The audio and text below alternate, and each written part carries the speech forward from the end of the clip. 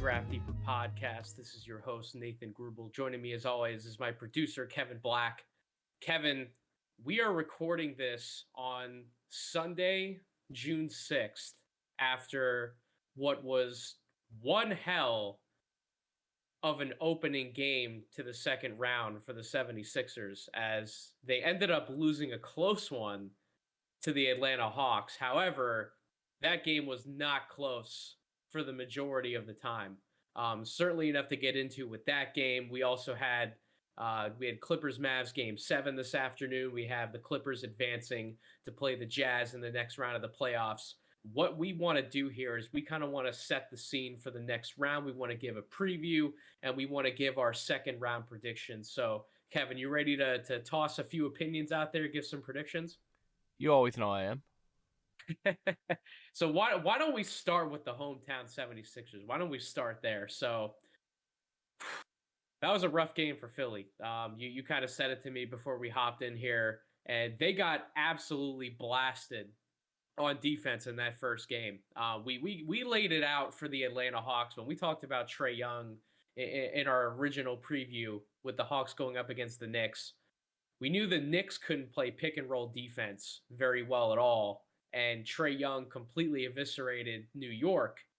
But I thought the difference would be, at least coming into game one, that the 76ers generally know how to handle themselves when it comes to pick and roll defense, especially when you can put somebody like Ben Simmons at the point of attack and then being able to play coverage with Embiid kind of backing him up.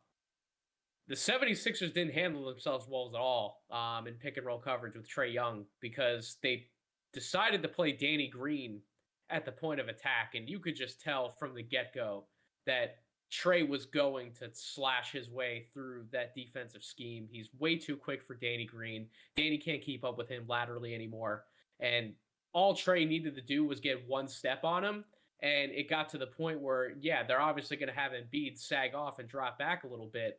Well, you need somebody who's able to contain Trae and keep him in front of him, because if you let Trae kind of get in that in-between game, his floater is killer, and we know that. He certainly made enough of them today, and then even when you do get the right matchup, he can still probe in, come back out, and then set himself up for that deep three ball, which he certainly hit enough of those to silence the crowd today as well. So it was honestly, it was a pretty brutal display defensively. During the first half, and I expect more from Philly, but at the same time, I think it was more out of a lack of respect for their matchup. I didn't think that they thought that Atlanta was going to come out and shoot the ball the way that they did. And props to Atlanta, props to that front office who has put together one hell of a deep team of late. I mean, you look out there, it's pretty much Trae Young is the only like smaller guard out there, and the rest of their lineup is either these bigger forwards and centers like Collins and Capella, or it's these massive wings like Herter, Bogdanovich. They didn't have DeAndre Hunter today. He was out, but if he comes back, he's another one of those big wings, and they just have size everywhere to surround Trae Young, where even if those guys aren't necessarily plus defenders, they're at least big enough and long enough to be able to bother shots on the other end.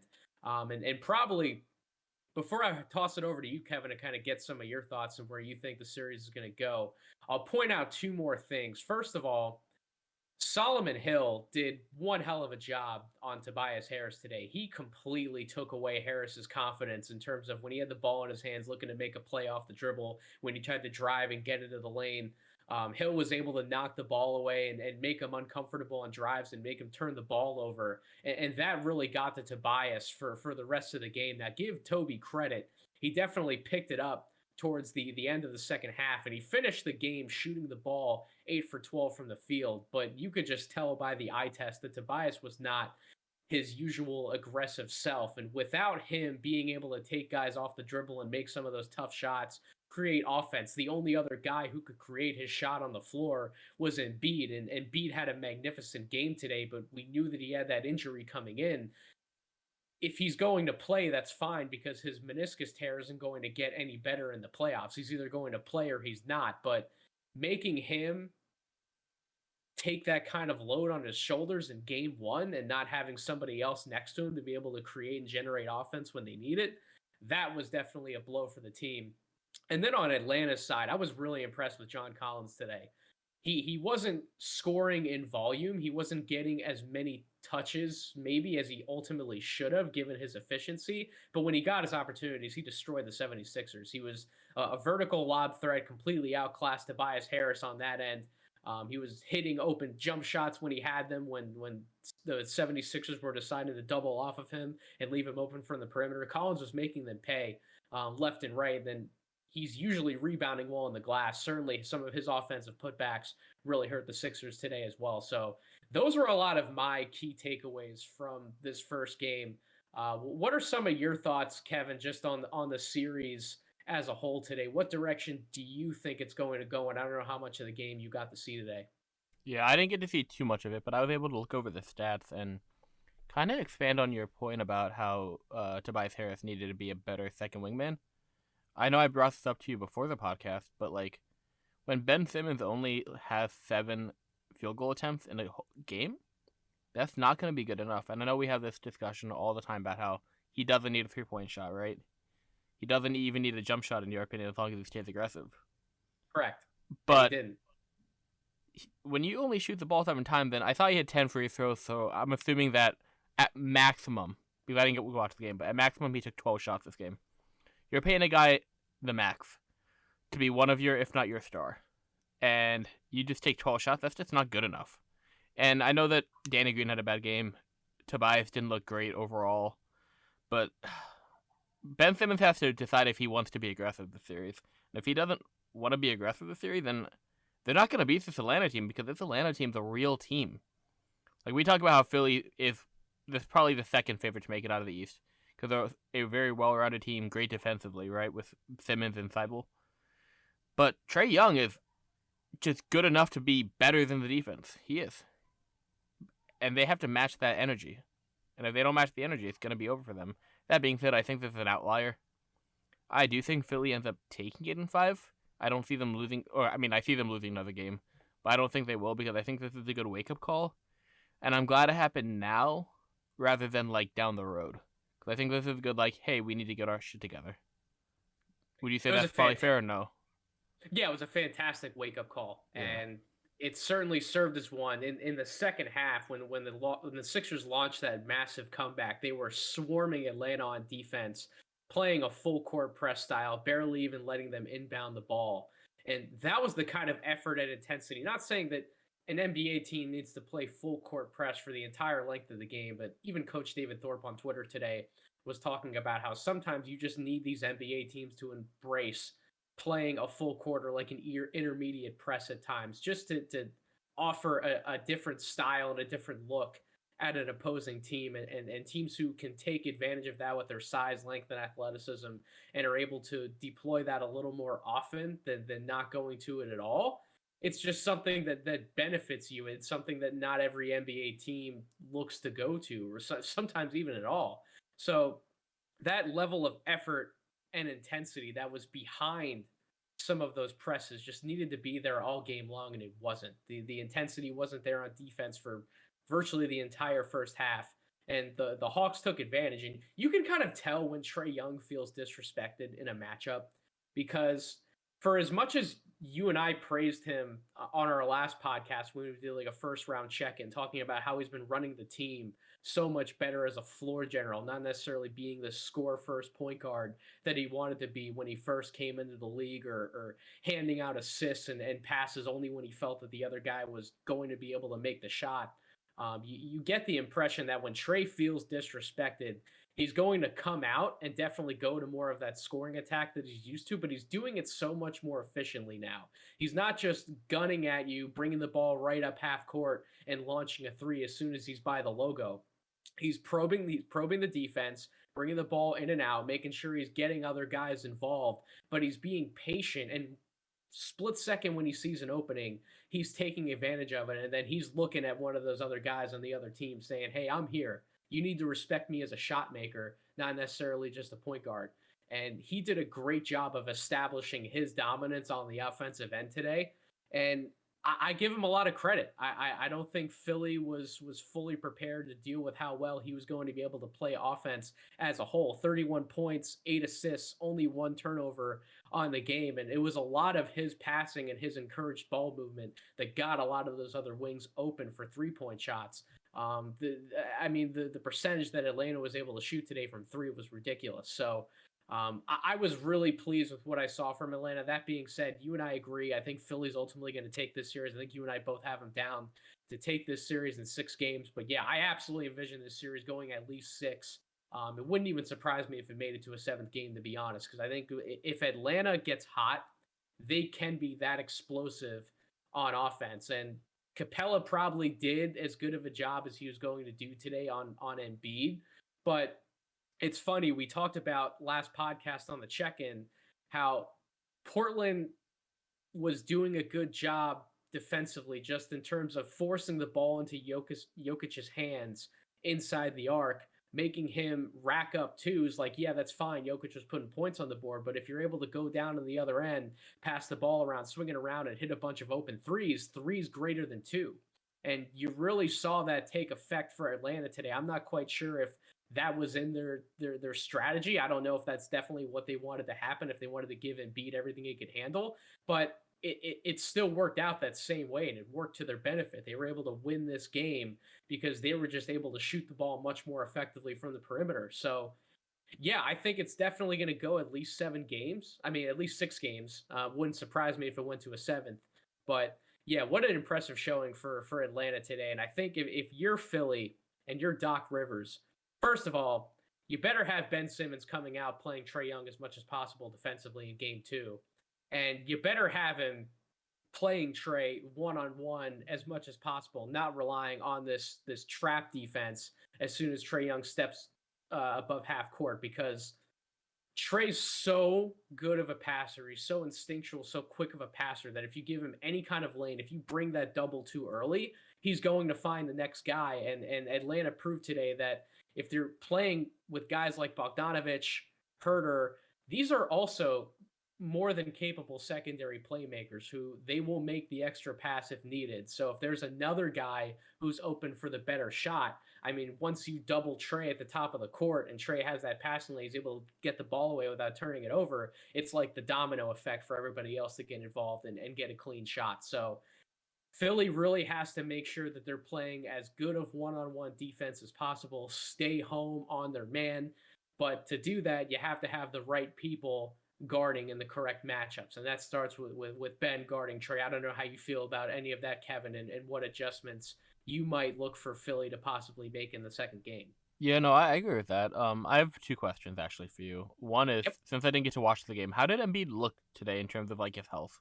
Did he look He pretty okay, or he looked healthy. He okay? looked really healthy. He kind of tweaked his knee a little bit towards the end of the game. You could Hmm. tell he came down on it awkwardly Yeah. on one possession, but other than that, he looked much better than I expected. But the injury that he has, it's really about how much pain is he going to be able to withstand. Like, there is no fix for it during the playoffs. Yeah, he's either gonna have to going get to play or surgery, he's right? not. He's likely going to have some kind of procedure done in the off season, and there will be decisions that have to be made about what kind of procedure Hmm. happens with that knee. But yeah, he's either got to tough it out or he's not going to play.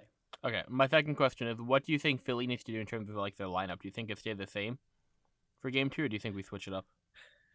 I think that, and this is a tough one because I know what Doc Rivers is probably thinking when he looks at Matisse Thybulle. He's looking at him thinking, if I play him more minutes, can I trust him to be able to hit open threes at enough of a rate to where we're not playing 4-on-5 when we come down the court on offense?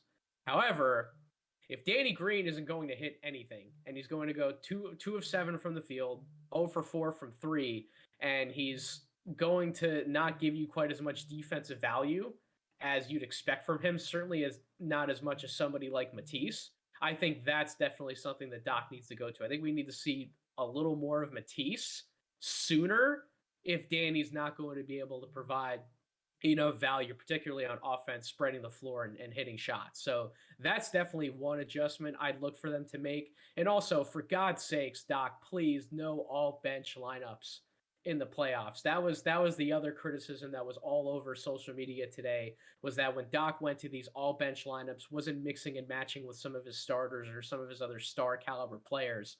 Those lineups got shredded, and was definitely a big difference as to why Philly got in that hole during the second quarter. So those are probably the two adjustments I would look for them to make, definitely moving forward. All right, well, But with that, let's I think we should move on to the other Eastern Conference matchup then, right? yeah, we had the game last night. Again, we're recording this on the 6th, but we had Bucks Nets first game last night. Um, the downside for Brooklyn coming out of that game is obviously James Harden's health. Now, we did hear that he's not going to be available for game 2. We'll see what happens with him as far as moving forward, game 3 and on. But Kevin, he went out in the game pretty early, and Brooklyn still was in control for the majority of that game against Milwaukee. And it's because of their ability to play with that lineup, that lineup that I've kept talking about, that I think is the best lineup left in the entire playoffs right now, where it's the big three, and then it's Joe Harris and it's Blake Griffin. Now, obviously losing Harden, you got to plug another player in there, but even somebody like a Bruce Brown or a Shamit, who's able to hit an open shot when called upon, but still be able to move the ball as well when they have to. Just the threat of having a lineup with so many star shot makers combined with guys who are willing to move the ball, take somebody off the dribble, and make the correct read, the correct play to get somebody else open for another shot. I mean, it is so tough going up against the lineup when you have three guys, even two of those guys, all-star caliber scorers, guys who can get you 40 on any given night. But it's a completely different animal when you have to defend against five guys who are very instinctual and capable of moving the ball off the bounce. And I talked about that. I sung Joe Harris's praises on the last podcast, but let's give Blake Griffin some credit too. And he had 18 points, 14 rebounds, 3 assists in that game, even though he fouled out last night. Just still the impact that he was able to have. And then, like I said, you're able to bring in some of those other guys off the bench, Chioza, Shamit, Nick Claxton is clearly going to be the answer for Steve Nash as he was trying to figure out who's the other quote unquote big man that I'm able to bring into this game and have a positive impact. Claxton can be that guy, and that's clearly the guy that he wants to go to. But yeah, the Brooklyn's best lineup when they're all healthy, nobody's beating that lineup just because of the versatility offensively that it offers. And on that same notion, Brooklyn was able to come in and hit so many different perimeter shots. The Bucks were like 6 of 30 from 3-point range, and they've kind of been cold as a jump shooting team all playoffs long. They found success in the postseason doing the easy things around the basket, scoring on cuts, the roll man scoring out of pick and roll sets, getting guys involved on handoffs. So they've been able to find creative ways to impact the game offensively. But in terms of isolation, shot making, spot up opportunities, jump shooting of any kind, we saw Chris Middleton hit some big shots against the Miami Heat. Giannis had a few of his moments. Jrue Holiday had some moments, but they're not going to get those looks as easily against this Brooklyn team, even though we want to harp on Brooklyn not being the best defensive team. At the end of the day, they're guys who are experienced. They've been there. They know how to fight it out when it comes to playing defense. They know where to be and what to do at the right time. So this is not going to be an easy series for the Bucks if they're not able to hit at least some perimeter shots effectively. They're just going to be cold in this whole series. Then I'm going to stick with the prediction that I definitely would have given before last night. I think it's Nets in 5. I don't think this is a particularly long series. I think the Bucks are going to be bowing out pretty early here, and the Bucks were having a lot of media faithful actually siding with them. I know quite a few prominent members from like ESPN, other different organizations were actually picking the Bucks to win this series because of how good they looked against Miami. But I think I think those people are underselling the kind of impact that somebody like Blake Griffin can have in a playoff series like this. When you move on to these later rounds, how much experience he has, how smart of a basketball player he is. I understand he wasn't the top performer for Brooklyn in the Boston Celtics series, but if he's going to keep racking up games like he did last night, that only gives more credence to what I think is going to happen here. I think it's going to be Nets in a pretty quick series, whether James Harden is able to play the majority of the series or not. I see that on our little Google Doc here, Kevin. You have the Nets winning, but you have it going to 7 games. So what gives you confidence about the Bucks being able to at least compete at a high level with Brooklyn? The big thing that I think is that there's no way Blake Griffin and Joe Harris are going to consistently hit 50% of 3-pointers. If both of those make 50% of the 3-pointers, shooting like 9 times a game, Milwaukee's getting swept. I'll make that prediction right now. I don't think they keep it up. I think Joe Harris will shoot around 40%. I think Blake Griffin's going to regress a little bit. Not so much as a bad player, but I just don't think he hits 4 out of 9 3-pointers every single game. That game was vintage Blake Griffin last night. Yep. And I don't think we're going to see that every single game this series. And I also just trust this Bucks team. They're shooting bad, right? But the one big thing is when you shoot past 3-point land, there are times where it clicks, right? And instantly you remember how to shoot. And if you start making a few, you're going to make a lot more than that. Let's say somebody like Middleton, right? He went 0 for 5 last night. All it takes is him hit 1 or 2 in the beginning of the game tomorrow night, and boom. He's back to how he used to be, making 3-pointers when he needed to be.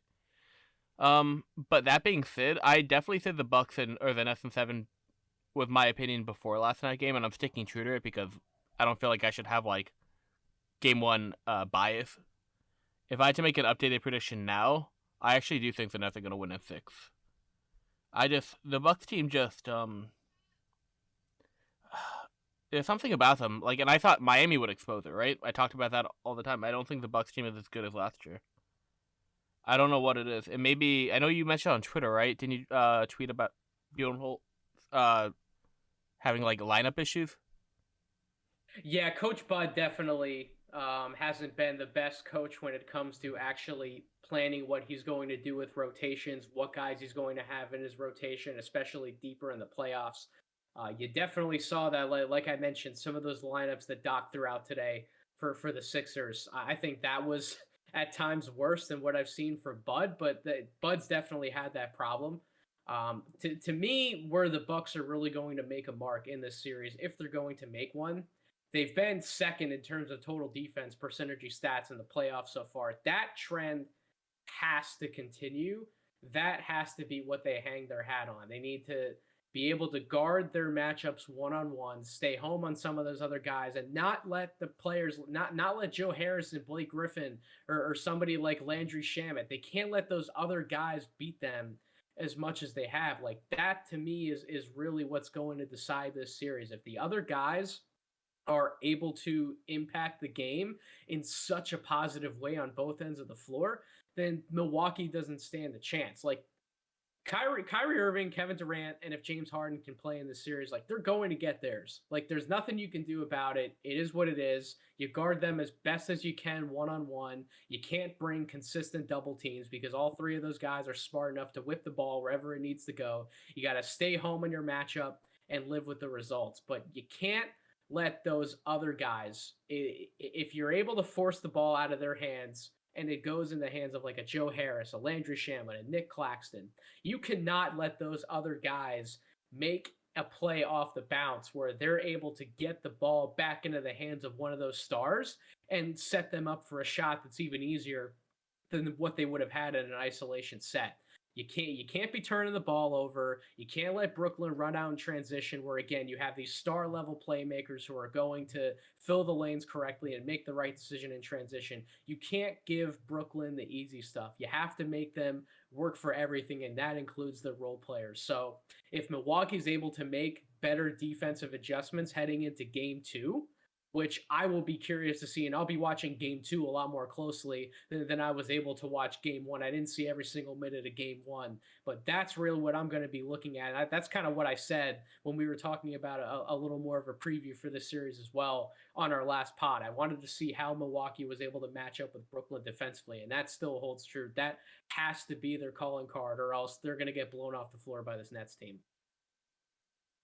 Yeah, I mean, I agree with everything you're saying completely. I think it'll be a really interesting series to watch. And let me pose this one last question before we move on to the Western Conference.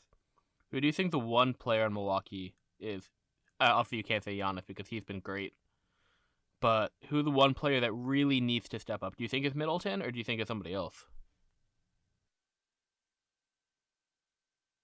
I can say Middleton because I think he needs to be that consistent second banana, even more so than Drew Holiday. But one guy who's been incredibly effective for Milwaukee over the last 2 years now has been Brook Lopez. When he's able to stretch the floor, hit threes at the rate that he's capable of now, and also provide that defensive value protecting the rim, that's something that Brooklyn cannot just easily expose and essentially take him out of the game. So I think it's a combination of Middleton as well as Lopez that they need to maintain their effectiveness next to Giannis. And when Brooks is able to do his job effectively, and when Chris is able to do his job effectively as like a secondary isolation type scorer, that eases the burden that's on Giannis's shoulders. Or when those other guys aren't doing their jobs around him, that's how you get into those situations like we've seen him, where he has to do every single thing for that team off the dribble. He's not a supreme scorer in isolation in terms of shooting jumpers. So you force him into those brick wall situations. That's exactly how he gets himself into those situations, is that his teammates, when they're not being effective elsewhere, they kind of put him in those tough spots. So yeah, Middleton definitely needs to continue to hit shots. Drew Holiday has to contribute where he's able to, but guys like Brook being able to do their job, guys like Connaughton having to come and be able to hit shots. Giannis needs the role players around him to at least do the little things to set him up for continued success. So that would be my biggest thing. It's not just one person that needs to step up and do their job better. It's really all of the role players around him, because Brooklyn's getting those types of contributions from their role players. It's not just the stars that are stepping up. It's everyone for the Nets has chipped in some form or fashion in game one against Milwaukee, as well as throughout that whole Boston series. Yeah, I think that makes complete sense. So we'll move into the Western Conference here. We saw the Clippers take care of business against the Mavericks this afternoon.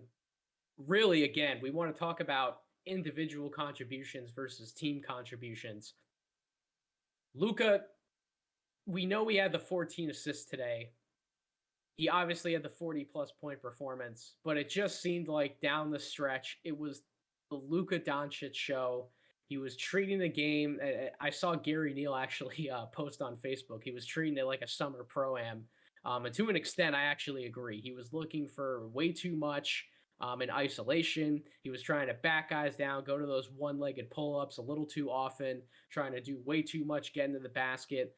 I think he needed to have a little more trust in some of his teammates. Now, in his defense, I also thought that Carlisle should have mixed up the rotations a lot more. Like Trey Burke played, in my opinion, way more minutes than he should have. Jalen Brunson didn't get nearly as much run today as I thought he should have, and that definitely affects the game when you have another guy next to Luka like Brunson, who's a more than capable playmaker, some guy who can set the table for everyone else, versus Burke, who, while Burke plays the point guard position, he plays the point guard position because he's that small of a player. He's not able to really play effectively off the ball.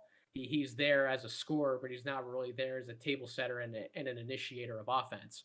So that definitely hurt Dallas today, that the ball had to kind of be in Luka's hands so much. Porzingis actually wasn't that bad today.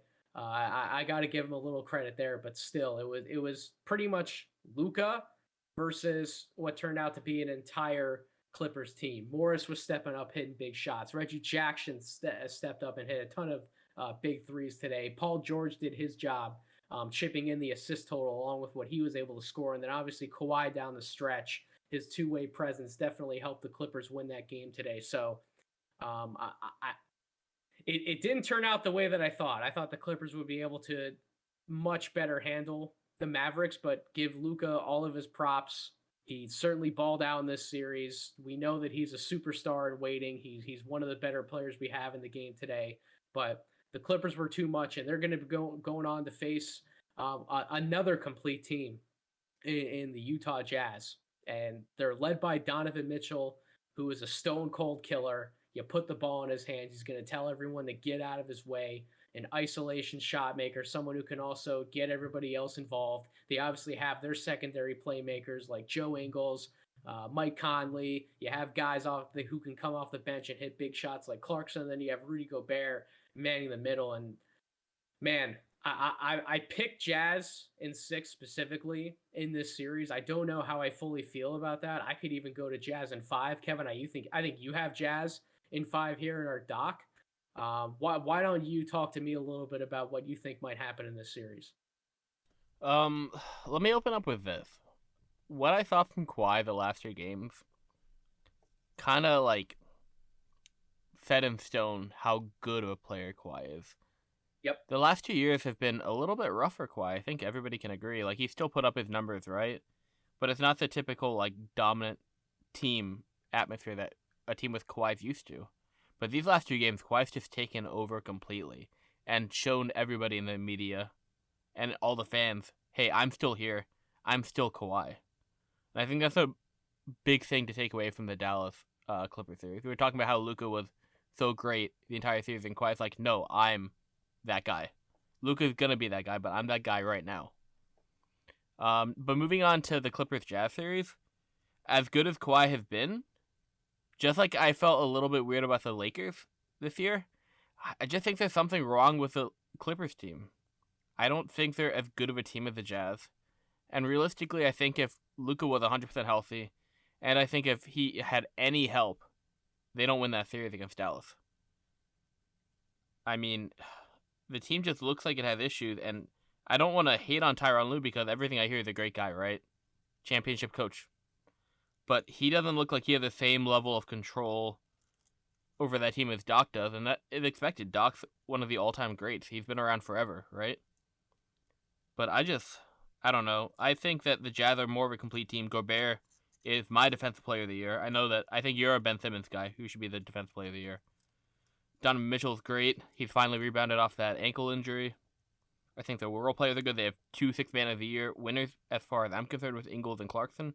That team is just so good. And I think Ingles and Clarkson are the real keys to win the series. So one thing I'm going to be really curious to see in this matchup at certain times are the kind of lineups that the Clippers are going to go to. What I mean by that is, while we can sit here and praise the Jazz's backcourt for as explosive as they are offensively, they're still technically a smaller backcourt when it comes to Mike Conley, Donovan Mitchell, and Jordan Clarkson.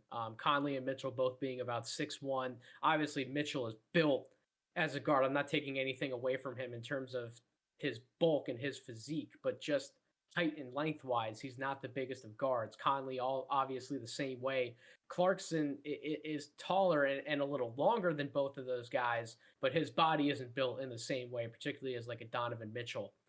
The Clippers now, Reggie Jackson's kind of built much more physical of a guard. He's not the tallest of guards, but he's built really well.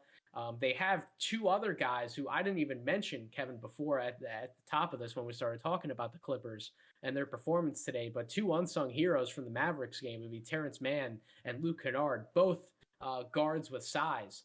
If they want to throw some different lineups out there, maybe go with a bigger lineup overall, you can have Kawhi Leonard and Paul George also match up a lot more often with some of those guards on Utah, depending on how they want to run some different offensive schemes and get switches in their favor. So I'm going to be really curious to see how the Clippers can possibly take advantage of the kind of size that they're able to have on their perimeter / wing, and how that might affect Utah defensively and what they want to do. Do they maybe play up in size with the Clippers as well? Maybe only play with one of those guards on the floor at a time versus running some of those lineups where you have obviously Mitchell and Conley in the backcourt together. We've even seen them go to like some 3-guard lineups where all 3 of those guys are in there together with either like a Royce O'Neal or a Joe Ingles, and then obviously Gobert at center. They can play so many different ways. Both teams really can. So I'm going to be curious to see what kind of adjustments each team makes from game to game and how they're able to interact with one another. But as you pointed out, Kevin, I just think the Jazz have so many different shot makers that they could go to. They're just a better coached offensive team. You know that they're going to consistently move the ball. They're going to shoot well from the outside. This is really about how the Clippers are able to make adjustments from game to game and leverage the production from their stars who will have the physical and the athletic advantages in this series. So I think it's going to be Jazz in six, but anything can happen in the playoffs at this point. We've seen that now. We really can expect anything to happen, but that's just my prediction for how I see that unfolding. I don't think it's going to be that interesting of a series. I think guys like Zach Lowe are going to have a fun time previewing this series and talking about all the different matchups. But I'm a lot more intrigued in the Nuggets Sun series that we're going to get because of how well Phoenix has played as a whole. They knocked off the defending champs. I've liked watching them all year. I said when we were coming into this playoff preview as a whole that I thought that whoever won Suns Lakers was going to represent the West in the finals. I still feel that way. I see Phoenix winning this series. I don't really see this being a particularly close series at all. I think it's going to be Suns in five. The Nuggets are just poor defensively in so many different areas. They really showed a lot of those warts against Portland. Gordon really seems to be the Nuggets' only defensive weapon until Barton is able to play. And there are rumors that he's going to be able to get some court time in this upcoming series. But I just don't think that the Nuggets are going to have enough answers defensively for everything that Phoenix brings to the table. And we talked about how Phoenix would be able to take advantage of the Lakers kind of falling asleep at the wheel at times defensively when they were executing some of their offensive sets. It's funny, the Suns didn't even live up to that type of praise that I gave them in terms of doing the little things to be able to cash in some easy extra points. And while I don't think that that's going to happen again in terms of them not being as effective on different of those little play types, I think that they're definitely going to take more advantage of the Nuggets' lack of defensive prowess. And I think the Suns are really going to rack up some points on Denver. And it's going to become how does Denver approach that kind of a shootout type environment again? And as I mentioned earlier, Portland laid out a little bit of a blueprint in terms of how to maybe negate some of Denver's offensive effectiveness. Put the ball in Jokic's hands, keep it in Jokic's hands. Don't let some of those other guys like a Monte Morris get involved and be able to make plays with the ball and get others open from three. Keep the ball in Jokic's hands, force him inside the arc. Don't let him make plays for others outside the three-point arc, and then go out on the other end and get your threes and spades. And Phoenix has plenty of shooters who got hot during that Lakers series and remain hot. Cameron Payne had an excellent series. Mikal Bridges had an excellent series. Cam Johnson is a more than capable shot maker from three-point range. And the other thing, too, is that Ayton really grew up in that Lakers series. I was really impressed with how well he played on both ends in the paint. And if he's able to have a similar type of impact against Nikola Jokic, then I mean that's probably to me the biggest matchup to watch is that big man matchup, not necessarily even anything on the backcourt or on the wing. How do you feel about Suns Nuggets, Kevin? Where do you see the series going? I kind of agree with you with everything. I think Denver's just a weaker team. I think if they had Jamal Murray, we'd be talking about this in a different light. Because I think with Jamal Murray, Denver's offense can really keep up with the lack of their defense. But overall, I would just say that I think Phoenix is a very complete team. I think they're all incredibly motivated. I think Devin Booker is one of the best players in the NBA. Chris Paul is the smartest NBA player by far, other than one point guard from New Orleans. But other than that, I don't see the Suns losing the series. I would have been much more worried about them losing the Lakers than losing to the Nuggets. So, two other things to really keep in mind here that I will mention. Obviously, Ayton versus Jokic to me is the most intriguing matchup. But will the Nuggets put Gordon as much on Booker as they kind of did at times to Dame, and they limited Dame's effectiveness that way? If Gordon does primarily play on Booker for this series, how does that translate as far as Booker's offensive efficiency? And then obviously, it's a shame that we really have to keep monitoring the situation, but what does Chris Paul's health look like going into the series? How is that going to affect how he plays not only offensively in terms of his shot making, but how is he able to keep up with speedier guys like Morris on the defensive end as well? Can Cameron Payne kind of ease some of those concerns and continue to play at the level that he was playing at in that Lakers series? These are all fair questions to ask, but those are really the three things that I'm going to be monitoring, and I can't wait to do a check-in on this series a little later just to kind of see what are some of the different matchups, how they've been playing out, and who really gets to take hold of this series. I will say that if Denver can come out, punch with confidence, and maybe steal one of those games in Phoenix, then I think it has a chance to go past 5 games. But I think if the Suns come out as focused as they were in that Lakers series, get both of those wins at home, and be able to go to Denver with a 2-0 lead, I think it's going to be pretty quick. But I think you have Suns in 6, correct, Kevin? Yeah, I think Jokic and Porter Jr. will end up getting a game or two. I just think they're too good not to.